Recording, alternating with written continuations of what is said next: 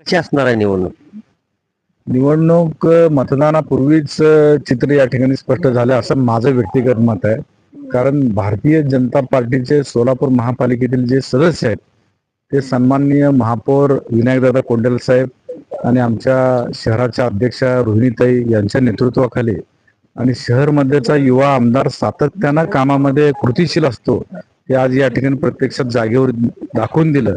आणि 2 दिवसापूर्वी सातत्यानं आमचे मंत्री महोदय जिल्ह्याचे सक्षम असं नेतृत्व पालकमंत्री साहेबांनी देखील मतदानाबद्दल भारतीय जनता पार्टीच्या सर्व सदस्यांना व्यवस्थित पद्धतीनं समजावून सांगितलं होतं. आणि जिल्ह्याच्या सर्व सदस्यांनी नगरसेवकांनी मतदान करताना हा हेतू लक्षात ठेवला की देशामध्ये आज मोदी साहेबांच्या नेतृत्वाखाली, राज्यामध्ये आदरणीय फडणवीस साहेबांच्या नेतृत्वाखाली आणि सोलापूर महापालिकेमध्ये जिल्ह्याचे नेते जयाभाऊंच्या नेतृत्वाखाली जी विकासाची वाटचाल सुरू आहे त्या वाटचालीला सर्वांनी हातभार लावावा आणि आपल्या भागामध्ये आपल्या प्रभागामध्ये जो अनुशेष राहिलेला विकास आहे तो विकास या विधान परिषदेच्या उमेदवाराच्या माध्यमातून तो विकास आपल्या भागामध्ये आणावा हा उदात्त हेतू मनामध्ये ठेवून भारतीय जनता पार्टीचे सर्व सदस्य, महायुतीचे सर्व सदस्यांनी उत्स्फूर्तपणाने सकाळी एक रांगेमध्ये उभं राहून उत्स्फूर्त पद्धतीने आज मतदान केलेलं आहे. मला सांगा, आपल्या प्रभागामध्ये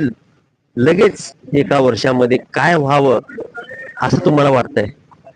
आता मी ज्या भागातून प्रतिनिधित्व करतो तो भाग प्रभाग 22 आहे आणि त्या भागामध्ये जास्त करून झोपडपट्टी परिसर आहे. 1 नंबर झोपडपट्टी आहे, 2 नंबर झोपडपट्टी आहे, गैरीपीर नगर आहे, सनत नगर आहे, असं झोपडपट्टी वसाहत आणि कामगार वसाहत मोठ्या प्रमाणामध्ये आहे.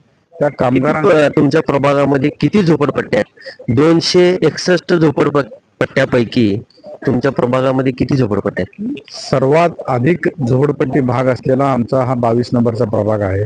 1 नंबर झोपडपट्टी, 2 नंबर झोपडपट्टी, यतीमखाना परिसर, गैरीपीर नगर, धोंडीबा वस्ती, लहान इराणा वस्ती, मोठी इराणा वस्ती, त्याच पद्धतीनं सर्व रेवण सिद्धेश्वरचा आंबेडकर वसाहत, सोनीनगर वसाहती, छोटी इराण वस्ती, हा सर्व झोपडपट्टीच भाग आहे. त्याच्यामुळे झोपडपट्टी भागामधील सर्व नागरिकांना मूलभूत ज्या सोयी सुविधा आहेत, आता अग्रक्रमानं सोलापूर शहरामध्ये पाणी पुरवठा चांगल्या पद्धतीने व्हावा म्हणून राज्याच्या मुख्यमंत्र्यांनी आणि आमच्या जिल्ह्याचे पालकमंत्री साहेब असतील, शहरातील 3ही आमदार मंडळी असतील, यांनी विशेष प्रयत्न करून 1400 कोटी रुपये सोलापूर शहरासाठी आहेत.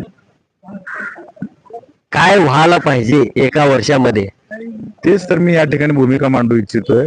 1400 कोटी रुपयाचा प्रकल्प या ठिकाणी सोलापूर शहराला मंजूर केलेला आहे.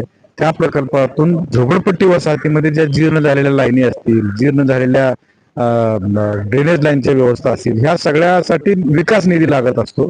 विधान परिषदेच्या आमदाराच्या माध्यमातून तर राहिलेला विकास आमच्या भागामध्ये यावा, आमच्या भागाचा विकास व्हावा हा हेतू मनामध्ये आहे. धन्यवाद.